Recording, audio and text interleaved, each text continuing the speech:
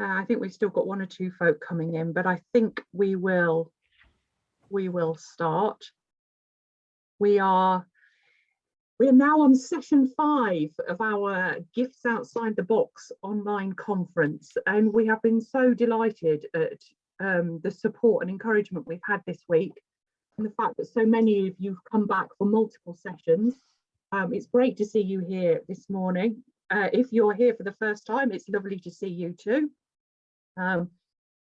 It's great that we're able to meet together across the 5 districts, going from Derbyshire up to the Scottish borders, with 1 or 2 interlopers from elsewhere in the connection. It's good to see our South Coast rep here again this morning as well. Morning, Philippa. For those of you who don't know me, I'm Carolyn Godfrey, and I'm the Regional Safeguarding Officer covering the Darlington District and the Newcastle District. We also have Katie Spencer-Madden here, who is the DSO for Yorkshire North and East. And lurking quietly in the background is Alison Hill. Oh, there you go. Just so you know what she looks like this time. Alison, who is the DSO for Sheffield. And it was Alison asking a question back in September about safeguarding conference that led to this happening this week. But it's been a really good collaborative effort, and it's great for us all to be working together across the 5 districts like this in a way that wouldn't have been so easy had we tried to do it face to face. Just a few points of housekeeping. You've had to supply your own tea and coffee and biscuits this morning. Sadly, we can't supply those for you over Zoom. If you could remain muted during the session, this would be great. This helps to prevent background noise and cuts down on echoey feedback, so it keeps the sound clearer for everybody. You are allowed to unmute when you go into a breakout room, because otherwise there's not a lot of point of the chat. We will be using breakout rooms for group discussion. For those of you who've been here all week, you can try and guess what the breakout rooms are going to be named after today. We have the chat function. We've already had quite a few people saying good morning in the chat function. Feel free to use that to ask questions. That's going to be monitored through the session. So we will try and pick up anything in the chat that needs a response. We are recording these sessions, and the links to them are going to be sent out alongside any other accompanying documents in the next couple of weeks. We have another session tomorrow morning, and then on Sunday we have an act of worship that's been prepared by the 5 chairs of district.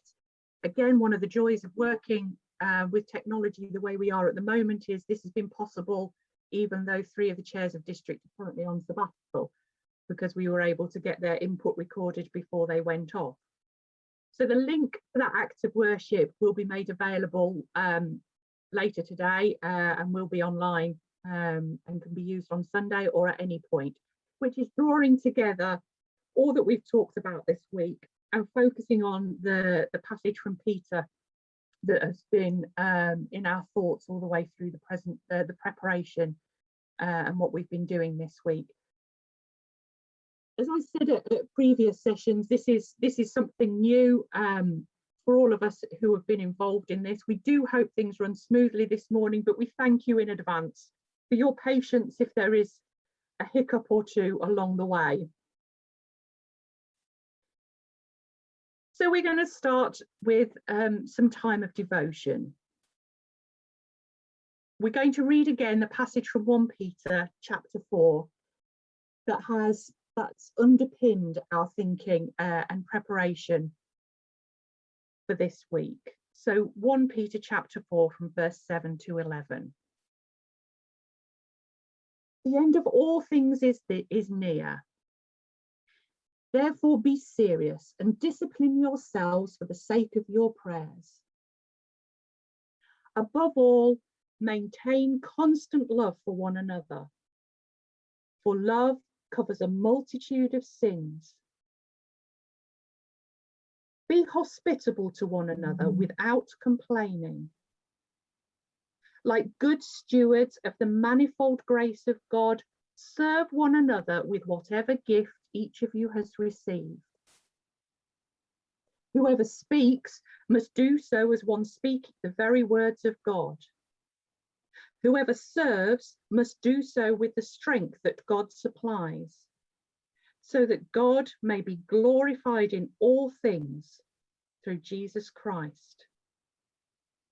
To him belong the glory and the power forever and ever. Amen.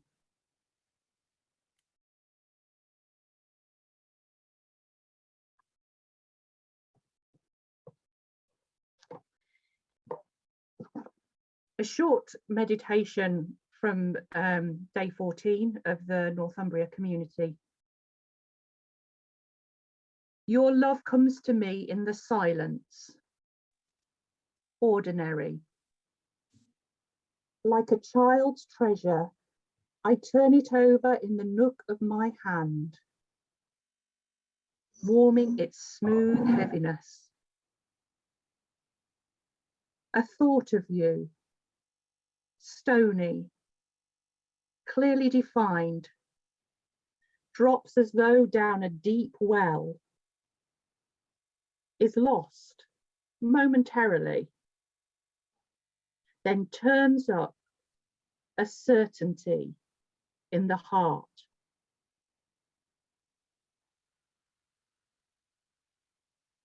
Let us pray.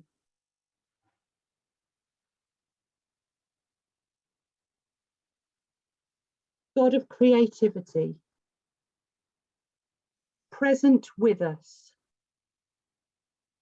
mothering us with joy, you embrace us here, responding to our embraces and our need to walk alone. Teach us the way to release our gifts, finding space to play, courage to be creative, and compassion to be forgiving.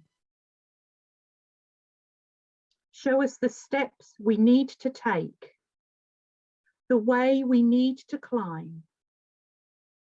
Accompany our journey with your love. Amen.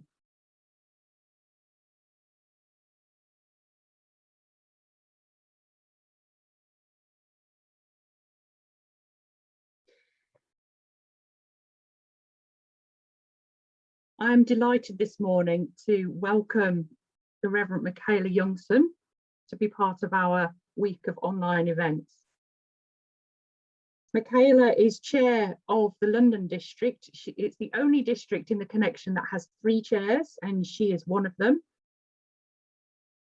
Michaela is a former president of conference and involved in many aspects of life in the Methodist Church. Should you be an early riser, you may hear her as a contributor on Pause for Thought on BBC Radio 2's Early Breakfast Show, and I believe the Radio 4 Act of Worship yesterday for Ascension Day. Among her many gifts and graces, Michaela is also very creative. I was going to say doing what, but I might leave that because I'll let her explain that later in the session. We really look forward to her sharing with us today, and we look forward to being inspired as to how we can use the gifts that we have to and use our creativity to boost our own resilience. We are also, we have a bonus today because it's an absolute delight to welcome Sandy Youngson here as well. So we have Team Youngson here today. Sandy works for Public Health England and has been very busy in the last year. It's great to have him here with us. I know he is very creative also. I'm particularly pleased the way that the sessions this week seem to be flowing together to a degree, and I think a lot of what we're doing and talking about today will pick up on some of the things that Phoebe and Lynn was speaking about last night. So I'm so delighted to be able to hand over to you both in London, and we really look forward to what you're going to be sharing with us today. Thank you. Thank you, Carolyn. It's lovely to see you. What Carolyn hasn't mentioned is that when David, her husband, was training to be a minister, the two families were both at Queen's at the same time, and our children were quite small then, and they're all post-university and grown up. And yeah, we best not think about how many years have intervened. But it's really good to be here with you all. Just before I start screen sharing and can't see all your lovely faces, just a little bit of an introduction. Resilience is a really interesting word because often it's used negatively about someone. We often say, oh, they're not very resilient. And that's particularly in ministry context and church context. It's often a way of describing someone who crumbles when things go wrong. And yet actually we all crumble when things go wrong. And it's one of those things in life that maybe we don't measure it. It's not something we can get a ruler or a device out and measure resilience, but we know it when we see it. But often those who seem to be resilient are the ones who keep going, and everything's going horribly wrong and they keep going, and we think, wow, they're amazing, look at them keep going. And actually what we should be saying is, how do I help take something off them so that they're not having to work quite so hard or keep going? Because at some point all of us have a breaking point and we're not going to keep going.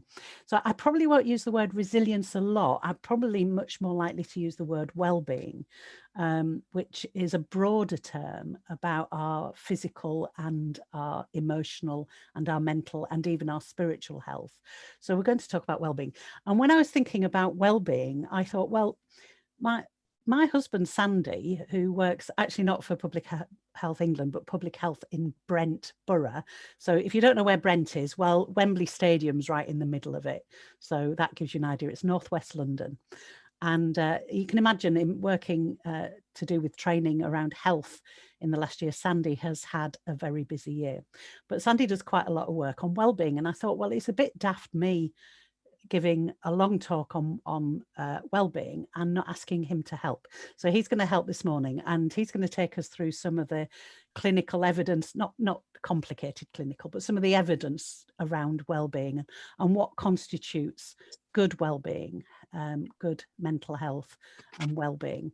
Then we'll have a bit of a question and answer time, a breakout time rather, and then I'll share a bit about my own journey using creativity to help my own well-being and to build my own resilience. So that's a kind of overview of the shape of things. So I'm going to start sharing my screen and have to make sure I get the right one up. There we go. Now, hopefully you can see something that looks slightly like the Japanese flag on your screens. Yeah, if I get a nod from Carolyn, who I can see, I'll know that it's there. That's great. The gift of resilience, well-being for living life in all its fullness. And you're getting a 2 for today, a 2 for 1, because you've got Sandy as well as me. So I want to ask you a question, and you can put your answer in the chat if you want to. Or you can raise your hands. Now, my problem is I can't really see the screen, so I need someone to help field me, because I've got the sharing screen and my PowerPoint screen up. So if you want to use the blue raise hand facility in participants, if you wish to say something, and I'd ask one of the admins to unmute you, and then and tell me who it is who wishes to speak. So the question, just to offer some comments in chat or on here, is how do you like to unwind from a long day or a long week? Or in other words, what helps get your head out of work mode? So you might want to put it in chat. Or you might want to raise your blue hand and offer. What is it that gets you out of work and into a different space? How do you like to unwind? Anyone feeling brave enough to offer? Very shy. We've got a lot coming into the chat. I don't know. Yeah, Oh, whether right. you're able I to can't see see that. it. Okay, I've got some good ones coming through, Mickey. Sandy, read the chat to me, because I haven't got enough some people talk like screens. gyms and bikes. Being with friends is a good one in there. Someone talk about needle felt and various creative things like that, which is great. We're going to cover that later on. Bike rides again, having a bath, and that kind of that breaking point and that time of kind of saying that this is a different time. That's really good. Virtual jigsaws. Okay. If they're better than the actual ones, I don't know, or different, take up less space on a lounge floor for years. In our case, we won't go there. Exit reading, okay, a good or lazy book. That's interesting. We actually put some subjective stuff on whether things are good or bad. No one's mentioned guilty pleasure TV shows. Usually when we ask this question, it does come up. And then you get the whole thing about, well, actually, if it works for you, it's not necessarily a guilty pleasure. Excellent. Brilliant. Oh, that's great. Well, I'm glad to know there's lots of creative options there, and because it's a Methodist event, no one's put having a wee dram at the end of the day, which is something in public health they probably discourage, and in the Methodist Church, but we know that sometimes that's part of what we do as well. But so many ways in which we can find it. For a walk, it might be those creative things, it might be binge watching something on Netflix. Who knows? It could be. I have a bit. Can I just comment? Em's put a good one in there about the drive home or between appointments, and actually that is something that in a session I did on this yesterday with a team of people, what they had absolutely lost in the lockdown period of time working from home was that space. Yeah. And so that's an interesting one. Thank you, Emma. Yeah, and I was really glad that the family mentioned was about time with friends. During the various lockdowns of the last year, we've attended with friends who've been friends for over 30 years and live all over the place, a virtual pub night where drinking has not been essential, but we've had quizzes and conversations, and almost every Friday since probably April last year, between 5 and 10 of us have met online. And it's been just wonderful. And I think it's going to drop down to about once a fortnight or once a month now, because we're all getting out and having a real life. But that thing about connectedness and friends, and we'll pick up on that in a minute. I'm going to move the slide on and invite Sandy to take you through a few slides about health and well-being. And I'll chip in a bit, and then we'll have a discussion time in breakout rooms. Thank you, Mickey. So we used to think that our health was determined by some very specific things. If I ask the question, what are the biggest factors that influence our health? I'm pretty sure most people come back with some very specific individual ones. So on the first click here, we've got that people come back with, well, it's very personal stuff. It's our age, it's our genetics, it's our sex, it's that sort of stuff. Well, actually, two researchers quite a few years ago now, called Dahlgren and Whitehead, came up with this new model called the determinants of health. What actually sets who we are, and this will tie into well-being in a bit. They said it's more than that. And so they came up with the next phrase, and they said, okay, if we start looking about who we are in community, in relationship to other people, and a word which I have to say, as a fat man working in public health, I find quite awkward, lifestyle. Lifestyle is another phrase, a bit like resilience, which can be misused a little bit. We know what it means, and it's a good thing, but people don't choose to be an addict. People don't choose to be overweight. People don't choose to do certain things which we know is not good for us. And lifestyle is a phrase that sometimes is used to say, just change your lifestyle. It's just not that easy. So they said it's a bit more than internal. It's a bit more than that immediate external. And they went on saying, actually, the next little bit there is, and it says, as hopefully Mickey will click the button, thank you. It's about a much bigger environment, the stuff that's around us on a slightly wider scale of things. And as you can see there, actually you start mentioning the socio-economic factors. You know, it stinks, but if you are living in poverty, or if you have no work, or if you are homeless, or if you have no friends, you will not live as long, by many decades in some cases. So actually, we start looking at the bigger picture. And then they put the final bit on the whole rainbow, I suppose.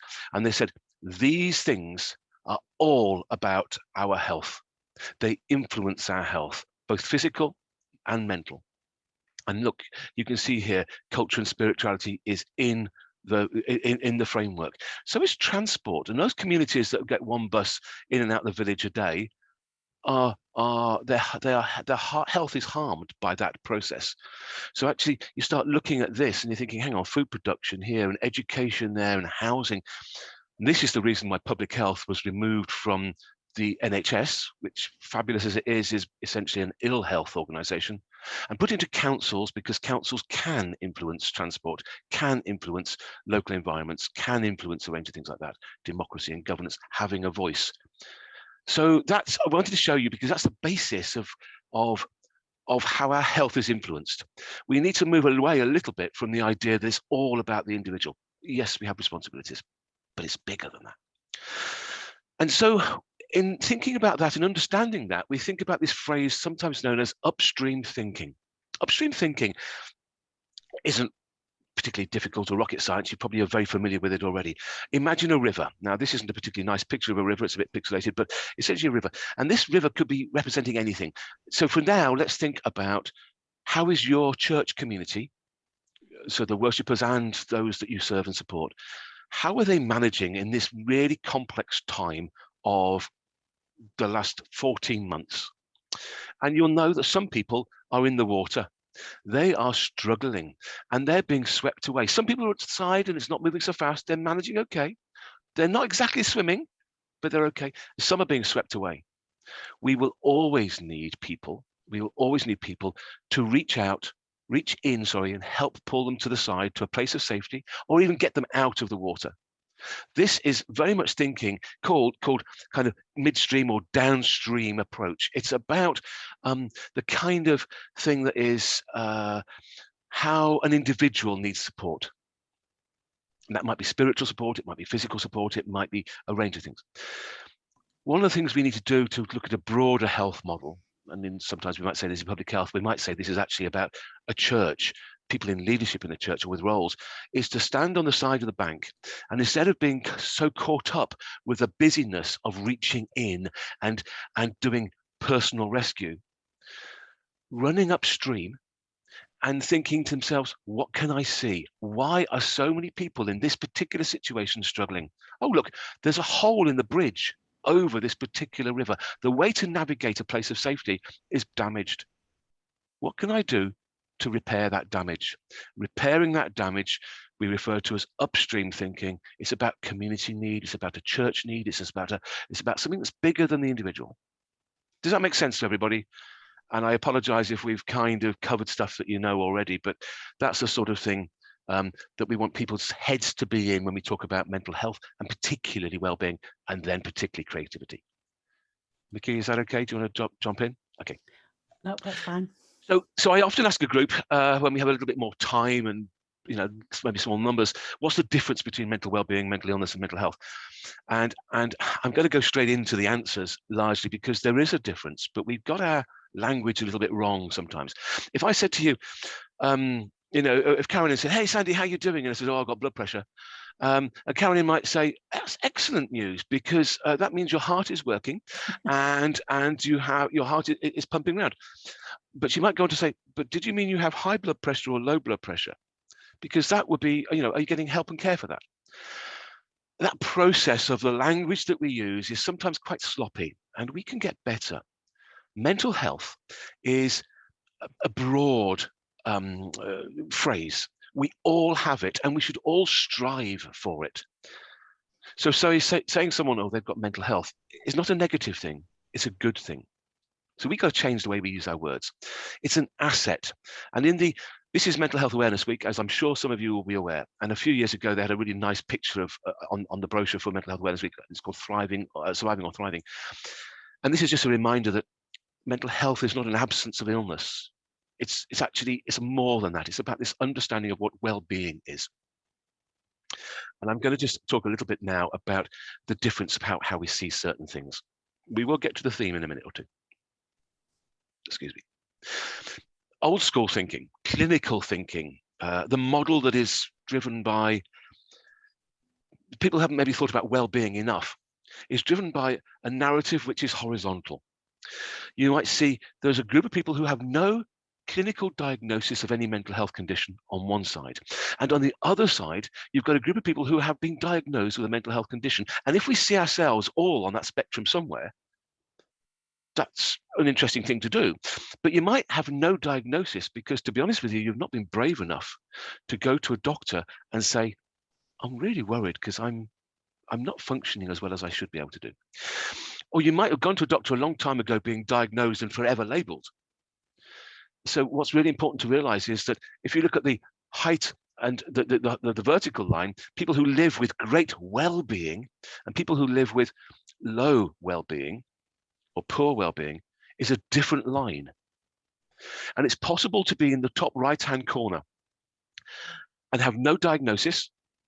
Doesn't mean you should have had one, but you've had no diagnosis and you're living well. Fabulous, great. That's a really nice place to be. But you can have no diagnosis and be living not well.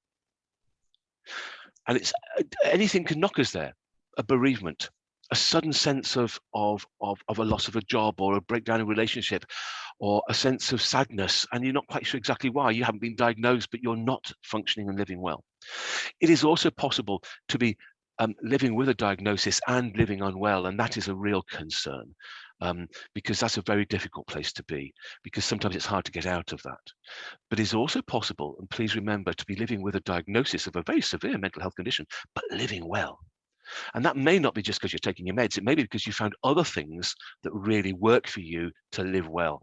Recovery from most mental health conditions isn't just possible, it is likely with the right care. And when we go on to this understanding that instead of thinking of people on this spectrum about a diagnosis, just forget that. Let the clinicians and other people deal with that. Let's think of people on this. How do we as a church community, how do we as individuals help our friends, family, and colleagues to live well, the well-being line? Let's keep people in the top half and not worry too much of the left and right. So we move on to what defines mental well-being, as I mentioned a few times, and there's a fairly well approved definition. So this is what we're going to use today, and I'm hoping you'll be okay with this. It's usually characterized by two things: feeling good and functioning well. And those are usually categorized by the following kind of ideas.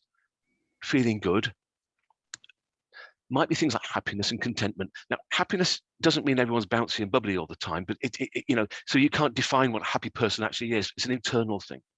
Curiosity, wanting to know a bit more about things. That's actually quite a good place to be. Functioning well is also not particularly difficult. It's about being able to achieve the everyday. And if you're bereaved, for example, your functioning takes a plummet. If you've heard Richard Cole's talk on the radio about his book about how he managed practically in the first few months of since his partner's death, he talks a lot about going to Waitrose and not remembering what he bought, but coming back with something bizarre. Now, it's interesting. It's known, if anyone who follows Mickey on Facebook will probably know, that I once went to Lidl for some picnic things after church and came out with a unicycle. And that wasn't a lapse of functioning well. It made perfect sense to me, but hasn't made sense to anyone else in the family since. But at the bottom, and Carolyn's laughing because she can understand, because she can visualize this. So actually, but anything can hit our ability to function, and that does impact on our well-being. So if you have a look at that and say, that's what we're looking for, is an ability to feel good and function well. So how do we do that? So from a public health point of view, what we tend to do is fairly immediately go and look for evidence. And the next slide will tell you a little bit about something called the 5 ways to well-being. You probably have heard this because this came out from a report that the government commissioned from the New Economics Foundation in 2008. So it's quite old now, but the NHS has adopted this universally. Many organizations have adopted the 5 ways to well-being universally, and they're focused on 5 core themes. But the idea that they found was, if you have these in your daily lives, in your day-to-day kind of experience, a good mix of them, all of them, then you're likely to be able to ride the storm better. They will not stop a problem happening, a job loss or a crisis or something occurring. They won't stop that. They won't stop you feeling really and anxious or even losing function for a while and being unhappy for a while. But your ability to come out of that, which some people refer to as resilience, is massively improved. So here they are. These are the 5 themes they came up with. And actually, if you think about it, this is classic, perfect church stuff. People of faith do these things, maybe apart from being active, very well indeed. And we're going to talk about them as we go through. The problem was, I felt about 3 or 4 years ago, there was something missing. And I looked for some more evidence. And the All-Party Parliamentary Group on Health and Wellbeing and the University College London did a major piece of research about 4 years ago, about creativity. So in Brent, not many other places, but in Brent, we call it the 5+1 ways to wellbeing. And we bung the word create, be creative in there. And that's why Mickey said, can I get involved? Because we've been talking about this for a little while, because creativity is well evidenced to be good for our well-being. And the most of what Mickey will be talking about after I've zipped away will actually be about that. So let's have a quick look at them if we may. Mickey, have you got anything to add on the generic yet? You happy? I'm happy. I'll add when we get to the specifics. Rock and roll. Okay, good stuff. We're doing an upstairs, downstairs thing you might recognize at the moment. So connect. Connect, it's not that difficult. We've got to connect in several different ways to people. And if I were to ask you to think of someone who you know needs a bit of support, whose well-being is in a low ebb at the moment, how are they connected? You may even wonder yourself. What has this last period of time done for them, I suppose, is another way of looking at it. What's happened to our connections? And what's important in our connections is that we do something, we strengthen them and we broaden them. You can think of connections like a tree root. Now, I know that technically many tree roots don't have long tap roots, but in the next slide, you'll see. No slide. I took that one out. Oh, did you take it out? Oh, okay. Yeah. I didn't know you taking it out. Okay. Imagine then a tree root, deep roots for those kind of strong people, the people who will answer the phone to you at 12:30 at night because it's you calling. Are you okay? You know, what's going on? Okay. I just want to chat with someone. Fine. Deep friends. And the people you don't see all the time, and you can't always remember their name, but those kind of shallow connections that you say, oh, hi, and you wave at because you walk past their shop all the time. The stuff that happens in community, they're all evidenced as being important. Having only one type isn't good for you. So actually having a mix of the two. And for some people, social media has been perfect for that because it helps people keep connected with the deep roots that they don't see that often. But there you go. Mickey. Yeah, I mean, I just say we can see, as you said, very clearly how church is very much part of that. But when we're looking after people, whether from a safeguarding point of view or a pastoral point of view, part of noticing who maybe rushes off after church, if only we were meeting and having coffee after church. You remember those days. And who stays behind, who's connected in, and what's going on for the people who are not connected in. What's going on for them? It may just be that they are introvert and they choose not to, and they've got a very good network of deep relationships as well as broad relationships. But one of the things around safeguarding particularly is about those connections, because if people are connected to people who have a care for their well-being, they will notice when something's wrong, when something changes. And likewise, in terms of people's pastoral well-being, if people are connected in, it makes a difference. And we know for ourselves that we need those connections for ourselves. And if we're isolated, we quickly become less resilient, less able to cope. And I'd also say that connection with God, which you can't put on a Brent Borough slide, but our connection with God, which those of you who've been watching Call the Midwife, Sister Monica Joan, and she's been going through the dark night of the soul and disconnected from her faith, and how diminished she became because of that. And there are naturally times when we can't, for whatever's going on in our lives, is that connection with God. But actually, when we are connected through our prayer life, through fellowship with others, then that adds to our well-being and our resilience as well. Sandy, did you just have to take a delivery? I did. It's for you. But there you go. I do apologise, everybody. Welcome See, to life. It's a bit. You remember that series Upstairs, Downstairs? Well, I'm definitely upstairs. And he's definitely downstairs. I'm closer to the door. Yeah. So I do apologise, everybody. So yeah, we'll move on from that one. But yeah, I was just talking about Sister Monica Joan on Call the Midwife, Sandy. Rock and roll. Good stuff. Thank you very much indeed. So the second of the 5+1s is being active. And here we just know that some of us go, oh no, I don't stand up so well with this, and I find this difficult. The important thing is at the bottom of this, and these are the words I'm taking direct from the report, by the way, these aren't mine. Exercising does make us feel good. Actually, the release of endorphins in the brain is so well evidenced that actually it's a good thing. People who like to cycle and run are great stuff like that. Some of us, however, don't look good in Lycra and feel incredible pressure to do certain things. And what we do need to do here is work out very clearly, actually, there's much better ways of exercising than the traditional join a club, go to a gym kind of things. So real encouragement here for things like gardening, allotments, which is a really helpful thing. I know a number of churches have actually created community gardens because actually, A, they didn't want to have to keep maintaining a big area of grass that they really didn't need anymore. But actually, they recognized that people in the area weren't growing vegetables, they weren't doing things, and actually as a community, not just the worshipping congregation, but as a wider body using the space. And that's really, really good for being active. It's also really good for being connected. And so actually that whole thing starts, you can see how these little themes start to mesh together.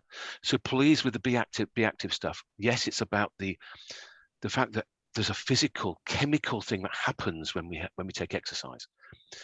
And this period of time has knocked a lot of us because we become a lot more sedentary, sitting in front of a screen, doing what we're doing now. But essentially, being aware of that. Mickey, do you want to say anything about churches and activity? I don't think so. I don't think I can add to it. As one of those who spends most of the time sat at a screen, I'm taking this one to heart quite deeply.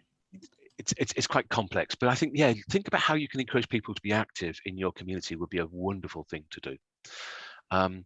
Taking notice. Now, this is a phrase which is a little bit woolly, and it's a little bit caught up with the phrase mindfulness. And for some people, they get it immediately, and for some people, they don't. And some of the guidance that they actually in the report came up with was about being curious, seeing things as bigger than just yourself. And actually, when you start thinking, yeah, if we're only so insular that we're just caught up with stuff, this is a bit of an ongoing issue, that we become very self-centered. So actually taking notice, whilst it might have a little bit of a woolly kind of be mindful of the world kind of thing, and to do a bit of stretching and yoga and reflection and stuff like that, actually is a really beautiful gift to people of faith who say, I know that my happiness is and my sense of well-being is not caught up just in my own little world. I don't vote to make my life better. I vote to make the world a better place. I take part in community because, etc., etc. So as you can see at the bottom of this slide here, just coming in, Mickey, thank you, is about reflection, and that might be spiritual reflection. It might be a range of things. Mickey. Yeah, I think we have a particular take on this as Christians, because in a sense we're constantly looking out, or hopefully constantly looking out, for those glimpses of God, noticing where God is at work and joining in with it, the Missio Dei, the mission of God. How what do we notice? What are the signs of the times, as it says in the Bible? What are we noticing about the big picture, the meta narrative, the big story of what's going on in the world? So that might be a global pandemic. What do we notice? How do we think theologically about that? How do we think spiritually about that?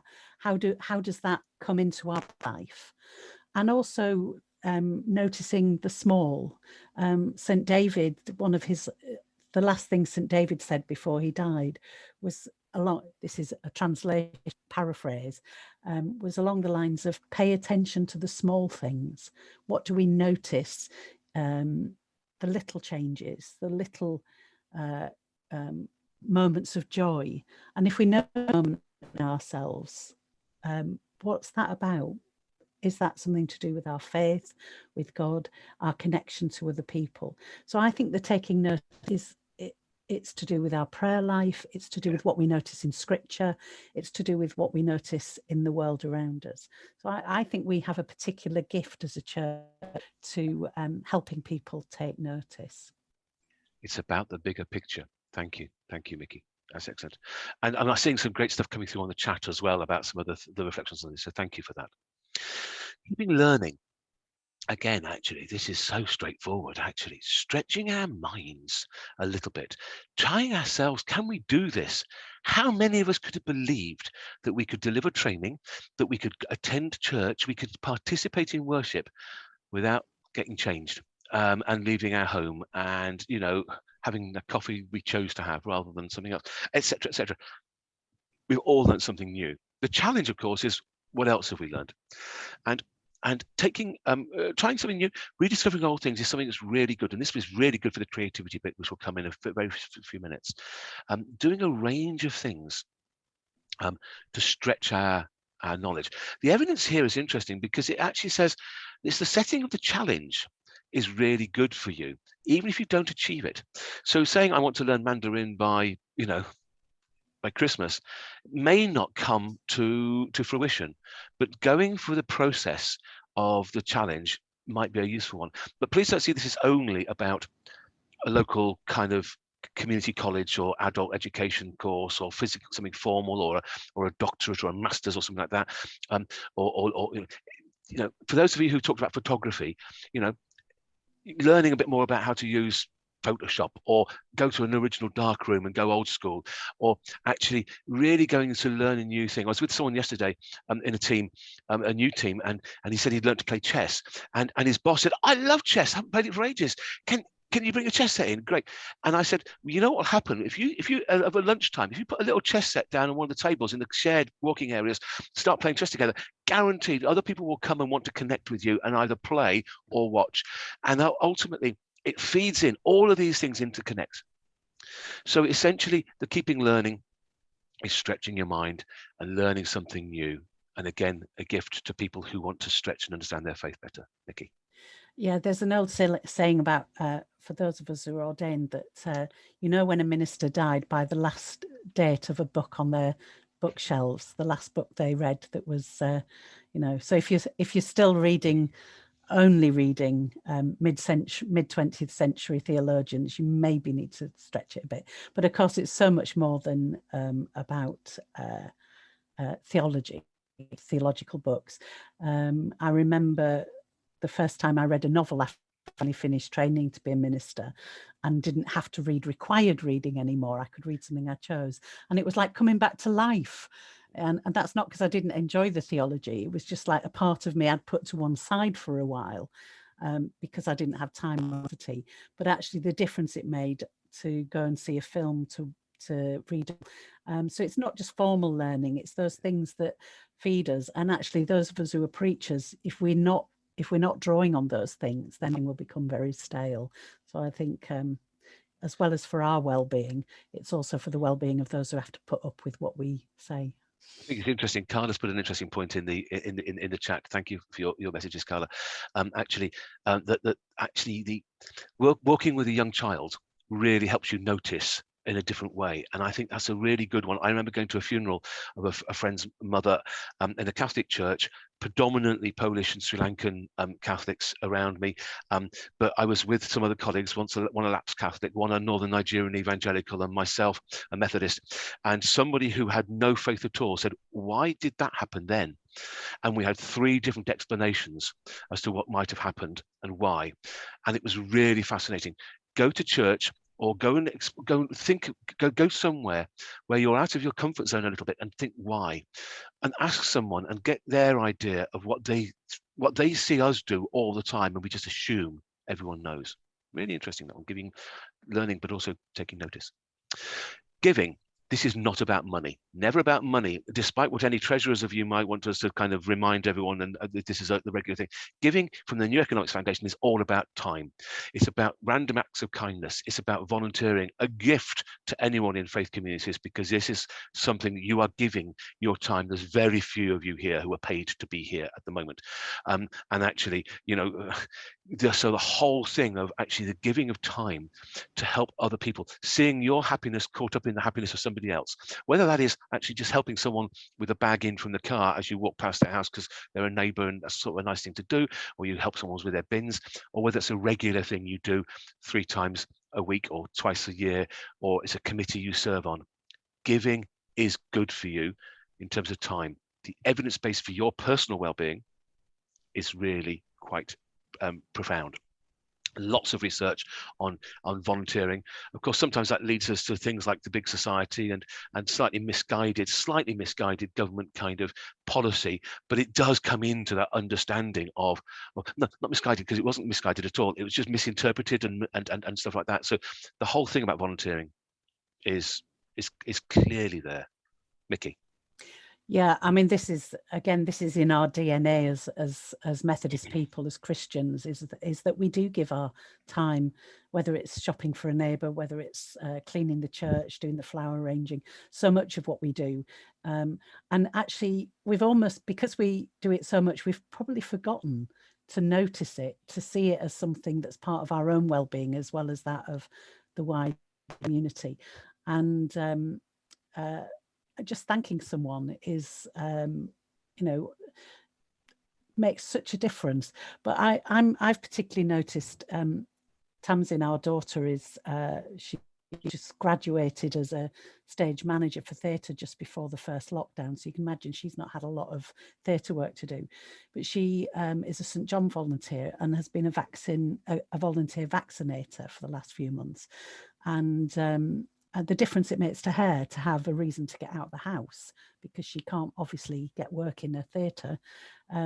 It's just, you know, life-giving for her to offer and volunteer. So as well as being very proud of her for doing that and grateful to her and the others who've helped roll the vaccines out, just aware of the well-being that's created for her and added to her own resilience and health.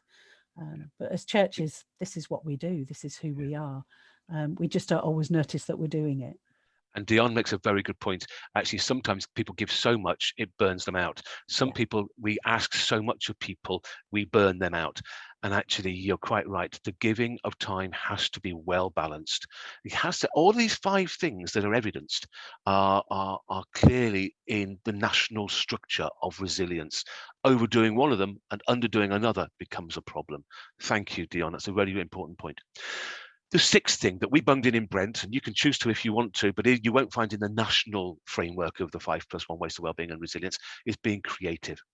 But the evidence base is there for doing all kinds of things, and it's such a wide thing. It could be writing, it could be knitting, it could be jigsaws, it could be the process of taking one thing from one state to another is something we don't do a lot of, unless you're involved in a creative process. Pile of jigsaw pieces into a jigsaw is so good. Even if you only do 2 or 3 a night, you see progression. We will ask you what you do as creative in a minute or two, but essentially, if we could go to the next slide, Mickey, I'll just say why we think this works and why we put it in. If you work with people, if you're mostly work, you know, whether it's voluntary or paid, my guess is most of you feel familiar with the phrase of going round in circles. How often have you been to a church council meeting or other meeting and done the same agenda and had exactly the same conversation as ever? And this doesn't happen just in churches. This happens in every single organisation I've ever been involved with. The circular process. Do you think that's something to do with you? I think it must be, actually, yeah. Okay, I'll shut up and move on. So that, thank you. How many thumbs up for that? Oh no. But that circular process, if you don't recognise it, that's fabulous for you. But if you do recognise it, then actually we can get quite bogged down, and this can be quite bad for our well-being. in reality, it's not always circles, it's sometimes spirals. We move a little bit, but we haven't moved very far. We are once again changing the colour of the walls because, you know, although we agreed it last time, we haven't painted it yet and someone wants a different idea in there, etc., etc. So this idea of circular working or circular experience is really quite wearing and pulls down our well-being. So making things is an interesting thing. If you take something from a raw product into something else, it's great. Now, depending on the age of your children, grandchildren, nieces, nephews, or anyone else, you may recognize these pieces of plastic from a few years ago. About 20 years ago, these became quite popular. They were called Scooby-Doos. Well, around where we were, they were. And now we think these are pieces of plastic we really don't want in the, you know, we wouldn't encourage plastic toys and all that sort of stuff. But if you found those now, you may not know what to do with them. But when children had them, they made these things. And actually grandparents and aunts and uncles and family members were given these, and friends were given bangles. Some of you are smiling because you recognize them. Some of you haven't got a clue what I'm talking about. Doesn't matter. The idea is that these things were given. And if someone gave you a packet of these strings and you had them in your drawer still, you probably got rid of them by now. But if someone gave you a frog they had made for you, and you like that person, you love that person, or you remember that person, it's a connection, it's a gift. You know, we're working on the other things here, but it's something they made. If you knit a scarf and you love it, you can wear it and everyone says, wow, that's nice, and you feel good. You knit a scarf and you love it and you say, I think that would look fabulous on Carolyn, and you give it to Carolyn, and she thought, wow. And she may say, oh, wow, don't like that. Or, wow, that's fabulous. I love it. Thank you. There's a connection, but it's a gift. You make things, you can do things with them. Sometimes you can sell them. Sometimes you can give them away. Sometimes you can give them to a charity shop because that's what they need, is scarves made and stuff like that. Sometimes you can say, nah, I'm unraveling it. I'm choosing to unravel it and do it differently. Creativity is so well evidenced. I'm going to show you what I do, because Mickey's going to show you a lot of what she does later on. And some of you, Carolyn will remember I made a rocking horse when we were at college. And it's one of those interesting things. I'd never done any woodwork at school. But now I take lumps of wood like this. This is quarter sawn English oak. And I make furniture like this, which is coming up now. If Mickey clicks the button. Or maybe I don't make anything at all. No, I got distracted, did you? Yes, wasn't the doorbell. And I make stuff like this. But I didn't do woodwork at school. I learnt as an adult by going to, well, to be honest with you, because when we moved to Mickey's first post in ministry, we needed to get Rob, 2-year-old, into a nursery. She was full-time. I'd gone part-time at work. I thought, well, where's the best nursery in Burnley? Best nursery in the Burnley at the time was at the college. I better go and find a course. Just one day a week, get him in. So there you go. Went to course. What do I want to do? I fancy a bit of furniture making. I've never done woodwork before, not properly. Great. And I learned to do this sort of stuff. It's a creative process. I'm better at my job in public health when I've had a little bit of time in my workshop every so often. Not every day, but if I go for a few weeks without doing anything in the workshop, actually, it starts to impact my well-being. That's the theme that Mickey's going to play with a lot as we go through the last section of this course. So if you remember the 5+1 ways to well-being, and Mickey's going to take you to the next bit. Sandy, thank you so much. And for those of you on this Zoom meeting, that's many years and a great deal of training and experience that Sandy shared with us. And we could talk so long about elements, but I want to give you an opportunity. We'll go till maybe 11, just under 20 minutes in breakout rooms, which you'll be sent to in a moment. And 3 questions, and Katie's going to put the text of the questions into the chat, so you'll be able to access that when you're in the breakout rooms. And the questions are, how church or work can't help people to engage with the 5+1 themes? What's already happening? What's been happening? And how has that engagement with these themes changed during the pandemic? Have there been things that you've added in, that you've taken out? You wouldn't have known that they necessarily were part of the 5+1 ways to wellbeing, but what has changed of that? And can you see places where you might pick up themes moving forward that you might focus on more as part of your mission? Can you see in your work context, your church context, what themes you might focus on more to encourage your own well-being and that of the communities around you?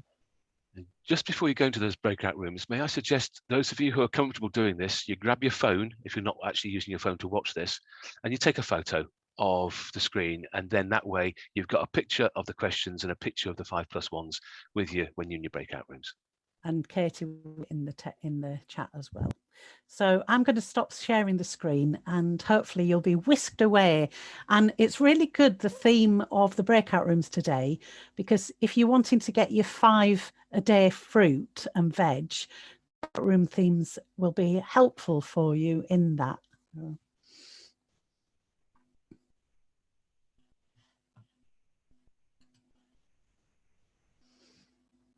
So we'll call you back in for 10 past. I'd like to just encourage you to put any feedback from your conversations into the chat. Hopefully they were helpful to you.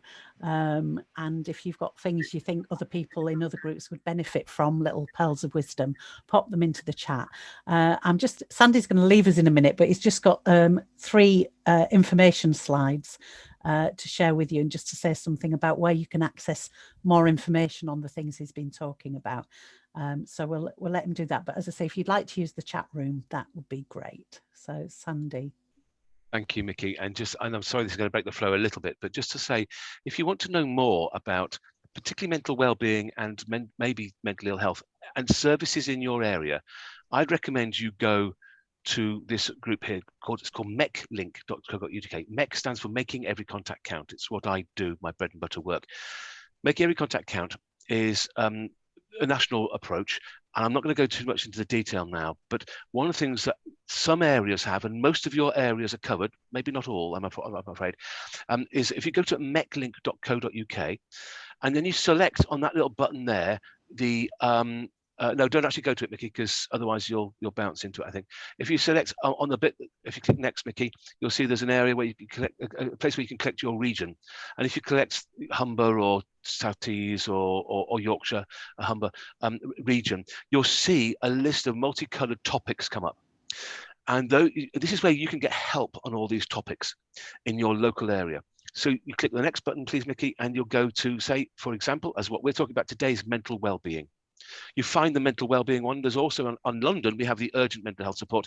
Other areas have suicide prevention or something like that. So you can look and find the thing you're looking for. Then on there, you'll see, and click again, please, Mickey, the top section is going to be about the core issues of this topic. If you want to know more about something that's evidence-based and good quality assured, clinically, you can find that out. If you want to know how to have a conversation with you, and it's not really your specialist area and you're a bit nervous about the conversation, how can I ask, assist, and act to support somebody whom I have a concern? And then the final one, right at the bottom, is a contact directory, please, Mickey. I just click on that, of your national and local support services. mechlink.co.uk is just a really helpful website. And covers most of your areas fortuitously, because it doesn't cover the whole country. It depends on whether the local public health teams are bought into it.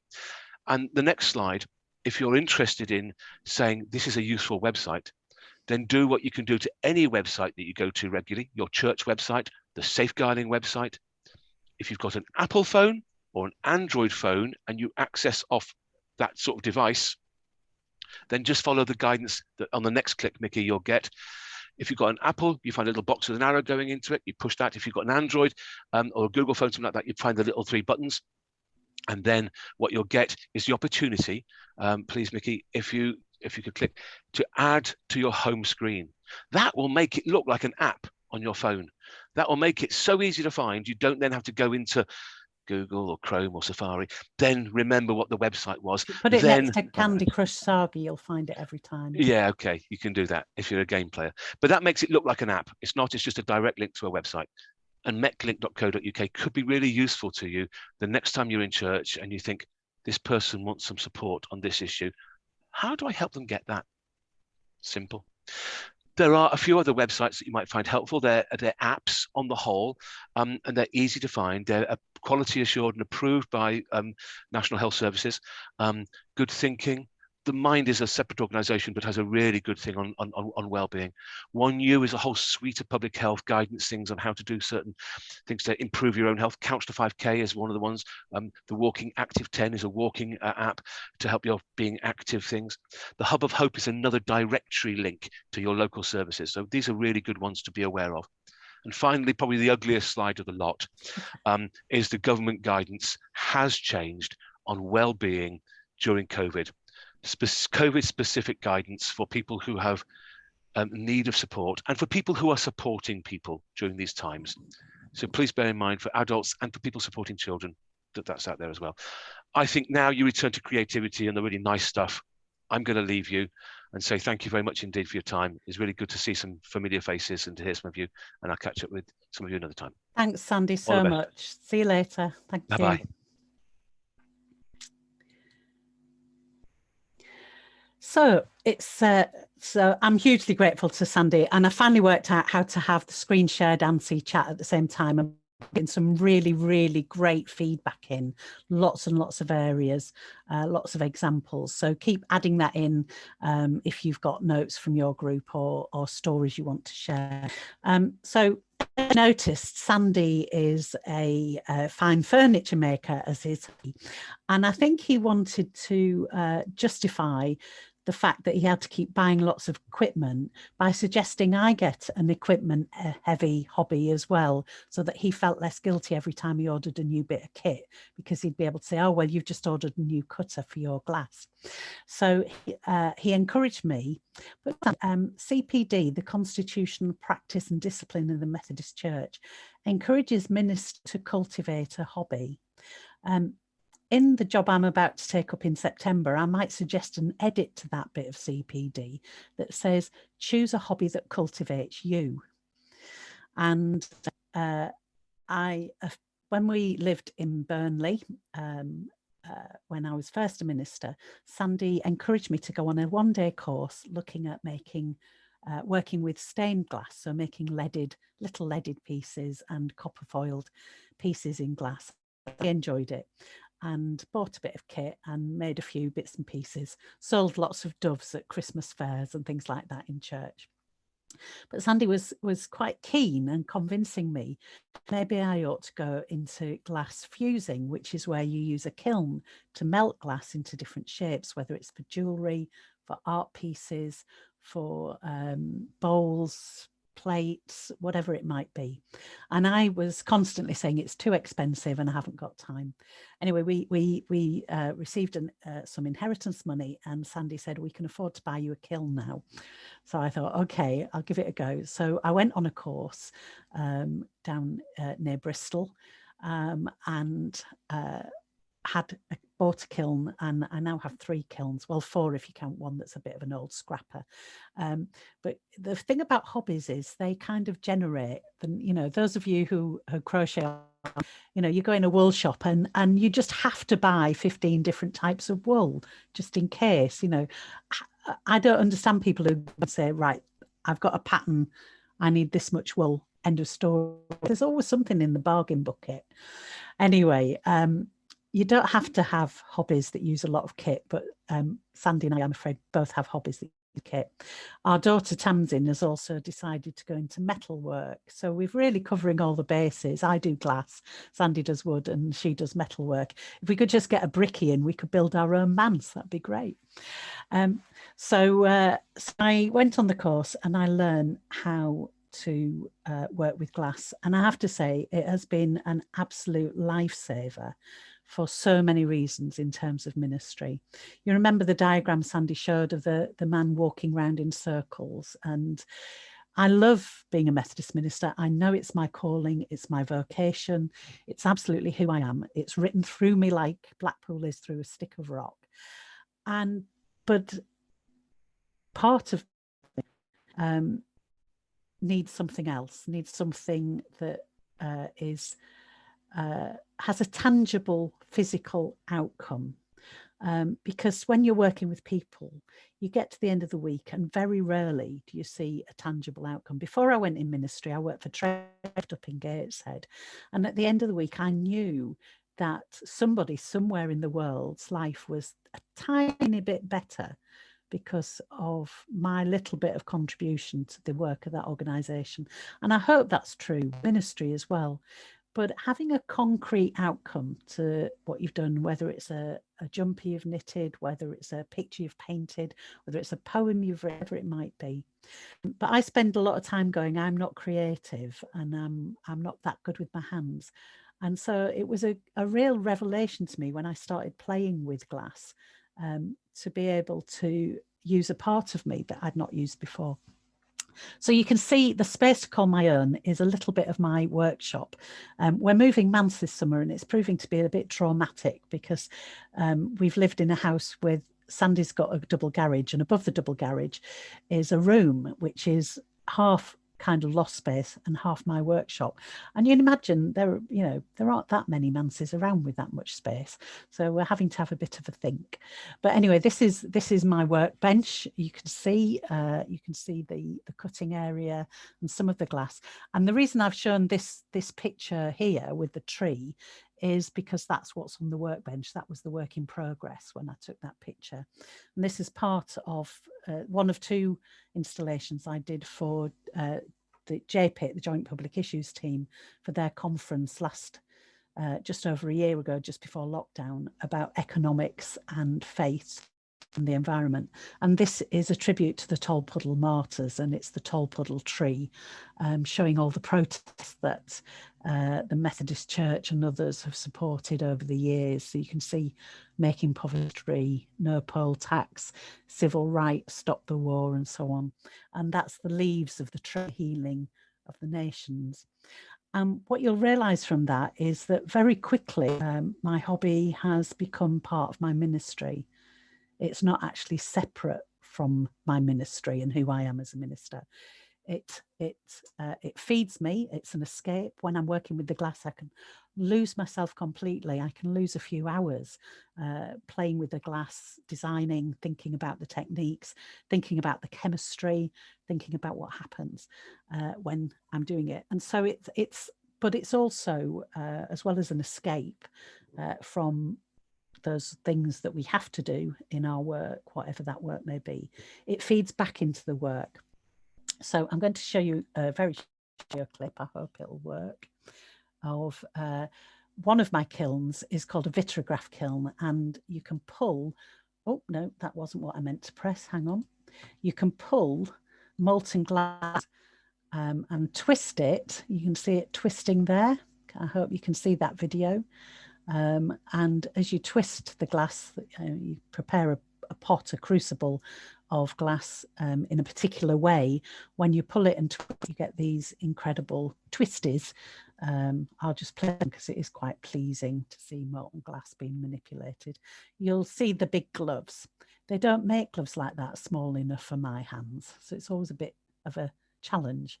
But as you twist it, it cools, and then you leap in and clip the glass at the top while it's still soft enough, and it makes lovely long twisted canes that can be incorporated into glass. I'm not showing hundreds of pictures because it'll become like my holiday slideshow, but I have a few pictures of pieces. You see me looking very happy in my apron and my big gloves, happy that I'm doing it and I haven't burnt myself yet. And that's before I had my post-lockdown haircut, and you can see where the hair dye had run out. You can grade what time of year it was by how far the grey's come down.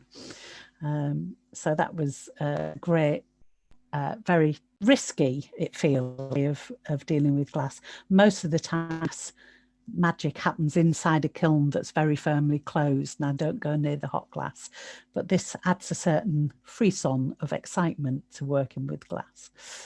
This is just a detail of a piece that I've made recently as part of a commission for Methodist Women in Britain.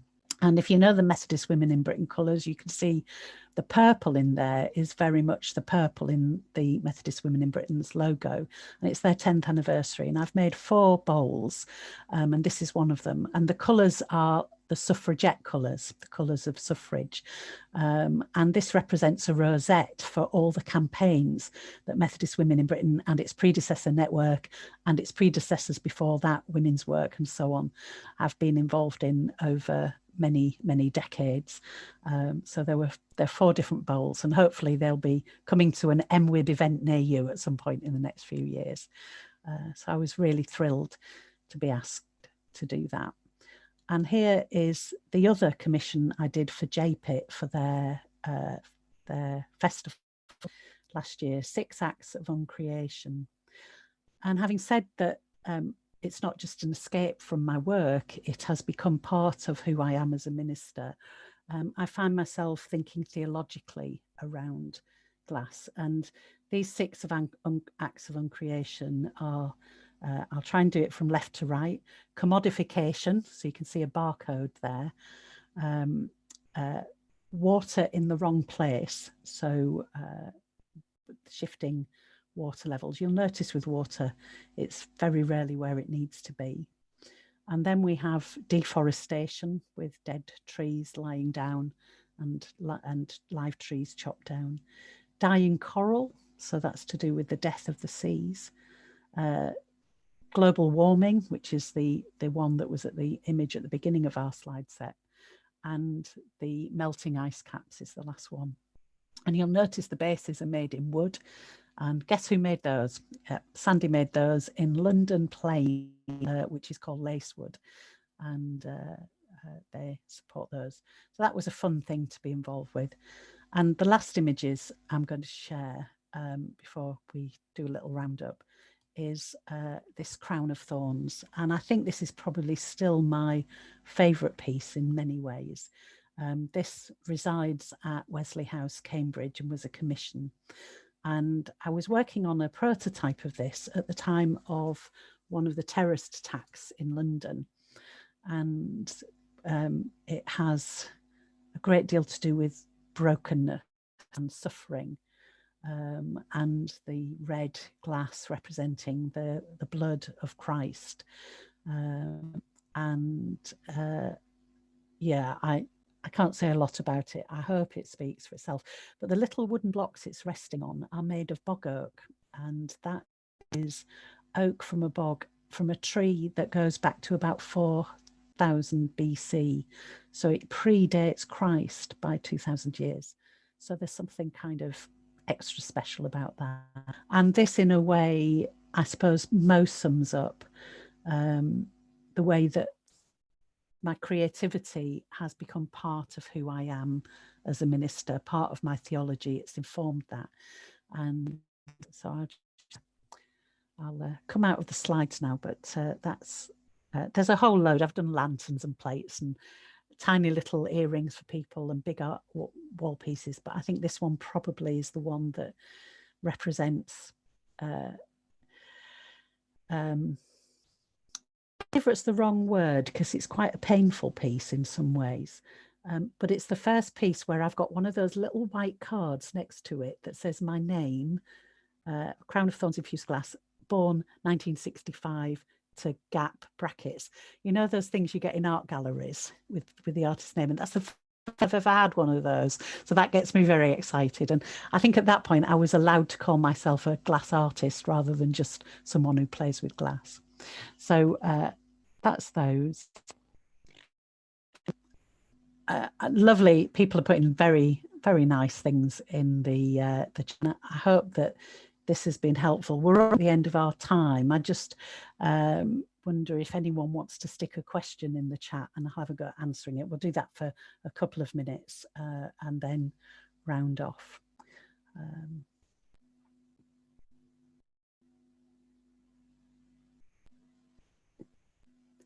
Just waiting to see if you've got any questions you want to ask, if anyone wants to raise a hand and ask a question.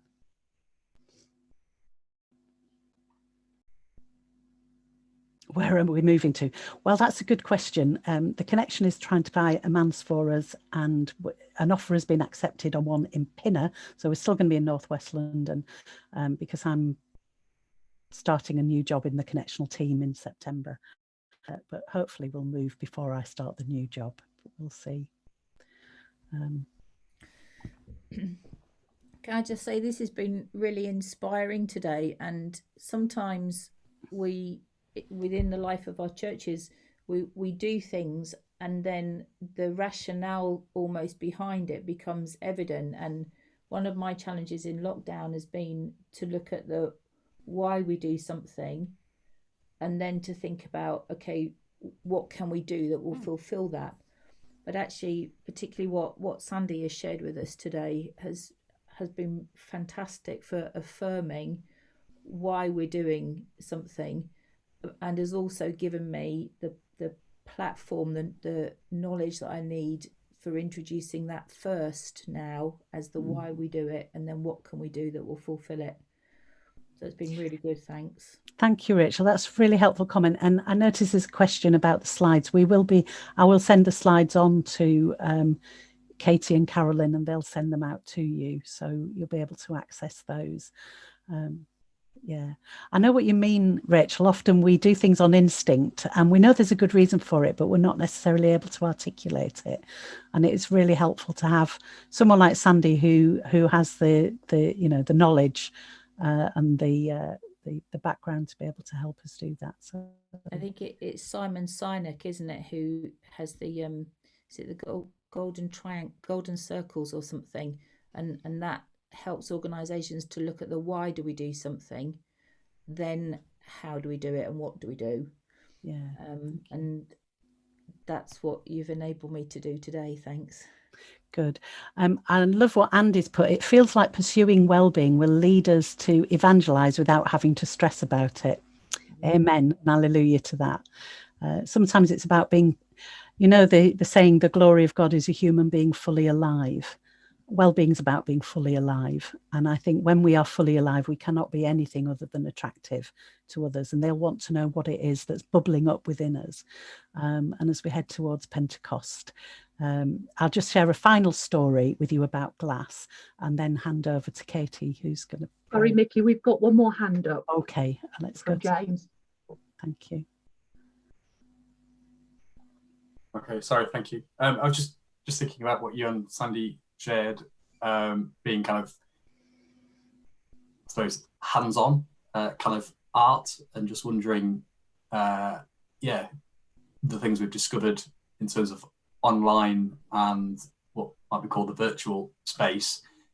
Just whether there's something about the physicality of it, and whether that can also be discovered and be as life-giving and self-cultivated, which I love as a kind of thing, in terms of doing stuff that is, just thinking about worlds that people create in Minecraft or whatever, things like that. Or is there something about the physicality, or is it all just subjective because it's who we are as individuals? I think there's a real mix going on there, and I think that's really helpful. I mean, to digital natives, spirituality, creativity can come very much mediated through the digital space, but that doesn't mean actually, just playing with a piece of paper while you're in the digital space. There is something about having your hands on raw materials and turning them to something else, even if it's just to tear a paper doily out. I'm a bit of a fidget. Sandy is the world's worst fidget. I mean, if he's in a pub, he destroys beer mats. There's something about that tangible stuff, but that doesn't mean that there isn't a fabulous creativity through mediated through all kinds of virtual environments. And of course, music, yes, it is physical for those who play it, but for those who listen to it, and that can be the creative space that we need, the space of our own, the head space, that way of engaging with something that's beyond ourselves. It's a touch into the, it's a way into the transcendent. It doesn't have a tangible outcome, and yet it's a very real thing. So I think, no, that's a really helpful question. Thank you. There's so many ways into this. It just happens that, and I always thought that my only creativity was with words. And actually this journey with glass has been a discovery for me. So just to say something about glass as a little pause for thought at the end, and then hand to Katie. At the turn of the 20th century, there was a wonderful stained glass artist called Christopher Wall. and someone brought him an apprentice piece and said, look at this, it's great, isn't it? And he said, yeah, technically it's fantastic, but does it make the colours sing? And you know, if you look at a stained glass window from the wrong side or on a dull day, you can appreciate the artistry, but it's only when the light shines through that the colours really sing and come to life, and it transforms not just the glass but the space into which the light pours. And for me, that's the work of the Holy Spirit. We are all wonderfully made, even if we look in the mirror and think we're not. We are wonderfully made by God, and when God's Holy Spirit is given reign within our lives, whatever that might mean for us, then we become fully alive, and then our colours sing. And as I think it was James, no, it was someone handy, somebody said, you know, then we will be just for God, because when we're fully alive, people will see and say, what's going on? You know, how come? I want to join in. What is it that you've got, or what is it that you are, that allows you to be so fully alive? And then we've got a wonderful opening to say, for me, it's because I know the love of God, and who knows where that conversation will go. So I'm going to stop now, but thank you all very much for your patience and for engaging.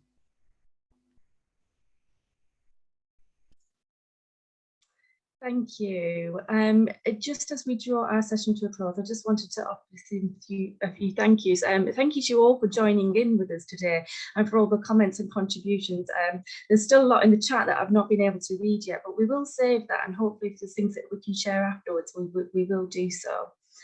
Having attended sessions from Monday through to Friday, it's been great to see so many familiar faces joining with us, and it's just been so wonderful to be able to share virtually in this way.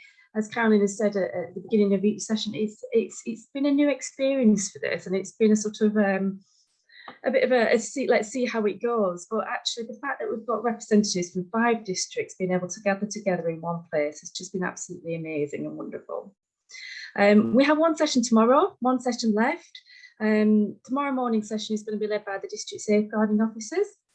And that's going to be more of an informal conversation, really, around how we can potentially encourage people to use their gifts. And I'm sure that we'll draw on some of the things that we've discussed throughout the week.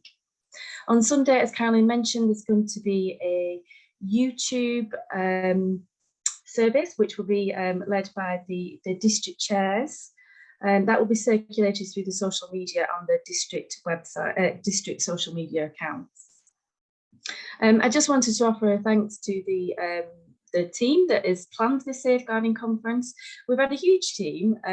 We've been incredibly lucky. We've had our district safeguarding officers, our district administrators, and our digital communication enablers who have really tried to coordinate everything and have used their giftings in their ministry and their skills in various ways to put this conference together.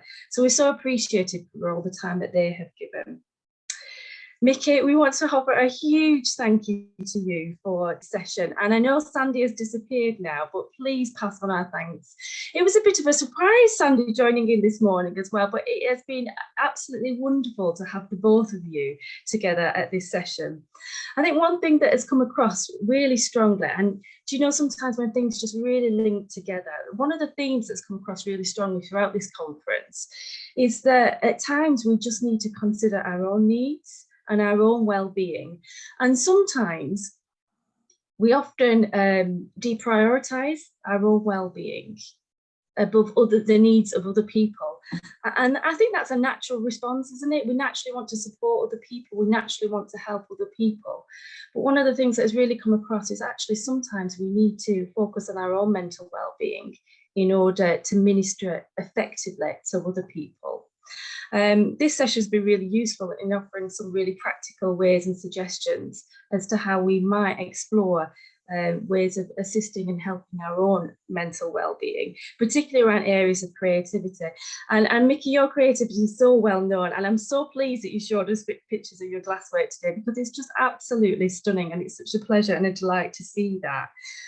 I appreciate some people in the Zoom room might feel a little bit like me. I don't particularly feel like a creative person at all. And I think that I've appreciated this morning that actually creativity comes in different forms. And it's just about allowing that freedom to explore and to express yourself. And sometimes you might become very good at that, whatever the area that is. You might become a brilliant glassworker or a crocheter or something like that. But actually, you might not. It's just having that opportunity to express and to let go. And that enormous amount of empowerment that can bring is just wonderful and can really help us on our journey of promoting good mental health. So thank you for this today, Mickey. It's been wonderful, and I'm sure we'll get a lot out of it and think about it long after today. The video will be available so that you can continue to reflect and share with others as well after this session. Let's just close in prayer before we continue and leave and go about the rest of our day.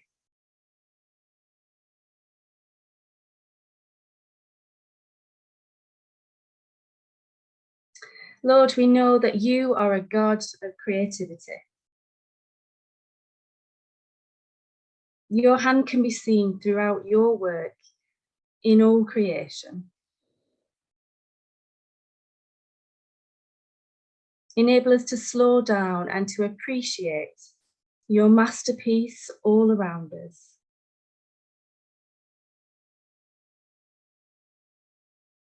We thank you, God, that you made us to be creative beings, expressive, imaginative, and gifted in many varied and wondrous ways. May we encourage others to have the confidence to express their creativity and see value in the life-giving release and freedom that it can bring to us all. Lord, whilst at times we may feel vulnerable within ourselves, mentally, emotionally, physically, give us the confidence and reassurance that we don't journey into each day, each hour, each minute on our own. We go into each moment in life following in the footsteps of an almighty God who goes before us. Give us each the faith to step out and follow.